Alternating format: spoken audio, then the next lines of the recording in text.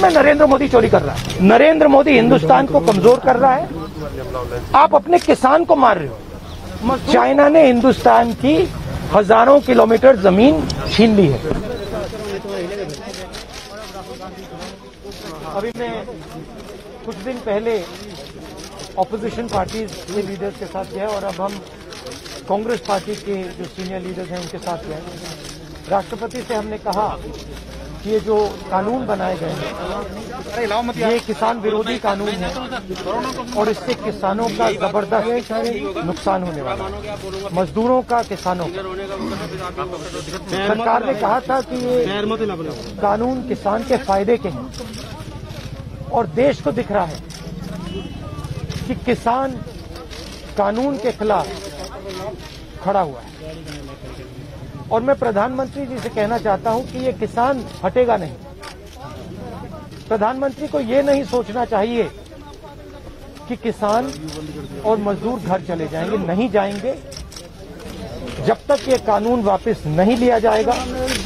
Joint session कीजिए और कानून को एकदम वापस लीजिए, क्योंकि किसान वापस नहीं जाने वाला है। और हम सब, विपक्ष की सब पार्टियां किसानों के साथ, मजदूरों के साथ खड़े हैं और खड़े रहेंगे। जिस प्रकार से ये कानून पास किया गया वो भी बिल्कुल गलत था। बिना डिबेट किए, बिना किसानों से चर्चा किए, बिना मजदूरों से पूछे ये कानून ऊपर से थोप दिए गए और इन कानूनों को हटाना ही पड़ेगा, विड्रॉ करना ही पड़ेगा।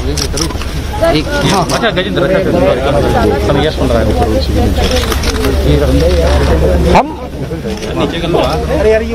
3 लोग राष्ट्रपति के पास गए हैं, बट हम करोड़ों सिग्नेचर्स। कैमरा नीचे करो भाई। हम किसान की आवाज भाई क्यों नहीं राष्ट्रपति जी को तक ले गए। क्या कर रहा है? सर्दी का मौसम है और पूरा देश देख रहा है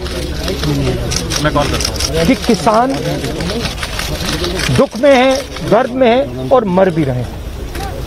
प्रधानमंत्री को सुनना ही पड़ेगा।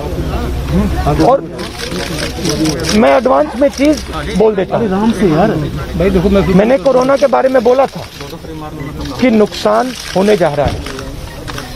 उस समय किसी ने नहीं बात सुनी और आज मैं फिर से बोल रहा हूँ, किसान के सामने, मजदूर के सामने कोई भी शक्ति नहीं खड़ी हो सकती। अगर प्रधानमंत्री जी ने कानून वापस नहीं लिए, सिर्फ बीजेपी को नहीं, सिर्फ आरएसएस को नहीं, देश को नुकसान होने जा रहा है। राहुल जी, बार बार बीजेपी की तरफ से कहा जा रहा है कि जो किसान बैठे हैं ये नक्सल हैं, खालिस्तान में विपक्ष इन्हें बरगला रहा है, इस तरह के आरोप लग रहे हैं। देखिए, आ जाए यार, बीजेपी नरेंद्र मोदी जी का एक ही लक्ष्य है और वो किसान समझ गया है, मजदूर समझ गया है।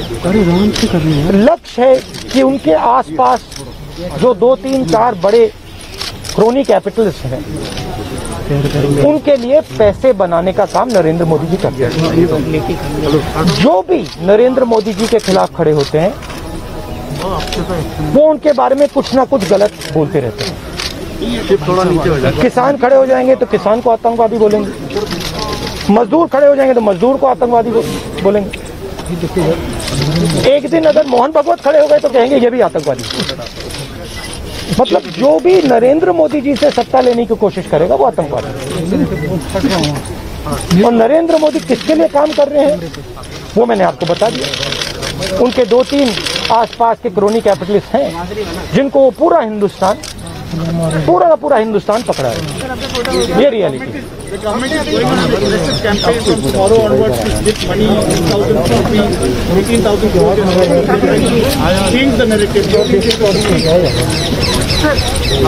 Look, the point is, it's a very simple thing. कसम से नहीं हुआ अभी। There are millions of people who live off our agricultural system. Large percentage of our people live off our agricultural system. These are laborers, they are farmers, they are small traders. These are these people. and they're the backbone of the country. Now, we understand that agriculture has to be reformed. What we are saying is that if you destroy this system, these millions of people will have nothing to do. They will not be able to feed themselves. And you will create massive destruction, massive pain in the country. Why is the Prime Minister doing this? It is a very simple calculation. The Prime Minister is doing this because he wants to help 2 or 3 business people. He does not care what happens to these people. He will construct whatever narrative he has to construct to make sure that the wealth transfer that is taking place to 3 or 4 people continues. He will call people terrorists, he will call people anti-nationals, he will call people criminals, he will do whatever he has to do to transfer the wealth from these people, the backbone of this country, to those people, 3 or 4 of them, 5 of them.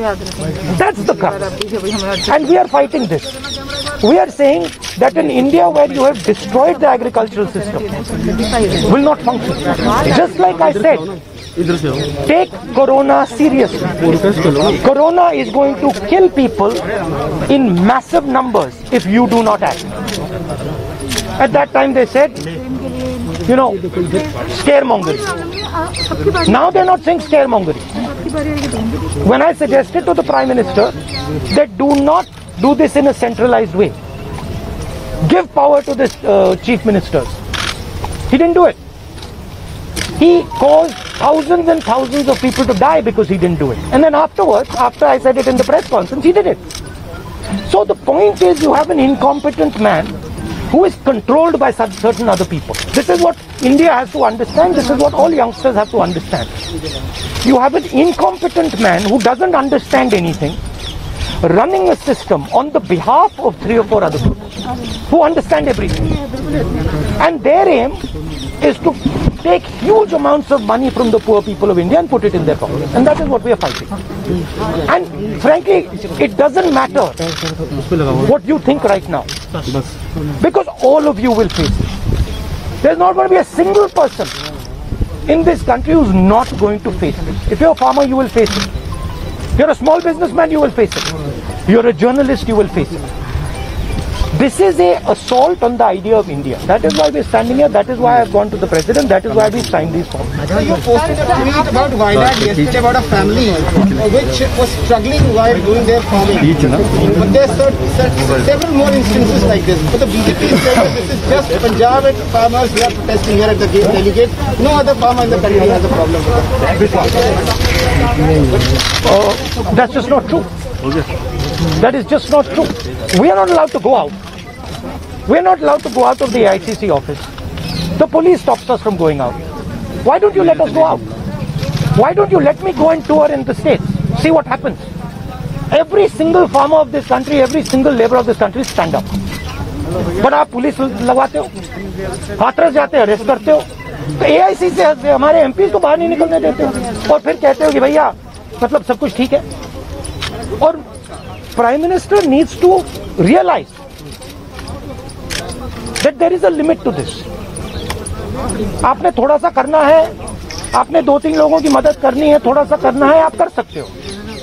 But जिस प्रकार से नरेंद्र मोदी कर रहे हैं, मैं फिर से दोहरा रहा हूं, हिंदुस्तान के किसी भी युवा को रोजगार नहीं मिलेगा.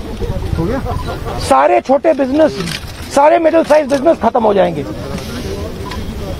और दूसरी बात याद रखिए, जिस चीज को आप सब भूल गए हैं, चाइना बॉर्डर पे बैठा है. चाइना ने हिंदुस्तान की हजारों किलोमीटर जमीन छीन ली है. प्रधानमंत्री उनके बारे में क्यों नहीं कहते? आगे चलिए है ना, उसके बारे में चुप क्यों है? तो मेरा कहना है कि पूरा का पूरा कॉम्बिनेशन बन रहा है. एक तरफ आप अपने सिस्टम को तोड़ रहे हो, आप अपने लोगों को लड़ा रहे हो, आप अपने किसान को मार रहे हो, मजदूर को मार रहे हो, और दूसरी तरफ बाहर से फोर्सेस देख रही हैं, कह रहे हैं कि बहुत अच्छा है, नरेंद्र मोदी हिंदुस्तान को कमजोर कर रहा है और हमारे लिए अच्छी अपॉर्चुनिटी बनने जा रही है। मैं देश को बता रहा हूं, मैं वार्निंग दे रहा हूं कि आप देखिए क्या हो रहा है। और मैं आपको भी कह रहा हूं, प्रेस वालों को भी कह रहा हूं, मैं समझता हूं कि आपको सैलरी मिलती है और आपके लिए बहुत मुश्किल है, मैं समझता हूं बात, इसलिए आप नहीं कह पाते हो जो आपको कहना है। जी बिल्कुल ठीक है। मगर आपके देश को, हमारे देश को बहुत जबरदस्त नुकसान होने वाला है।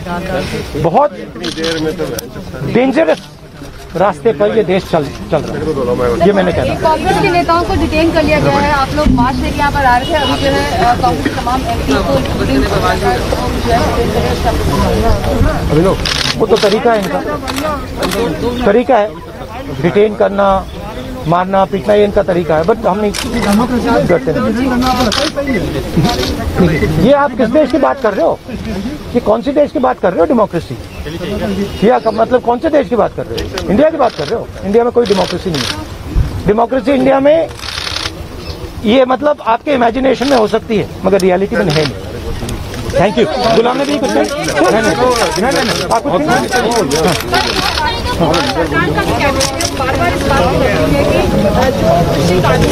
हम सब इन्वेस्टमेंट को बढ़ावा देते हैं, बहुत जरूरी है। आप इसको किस तरह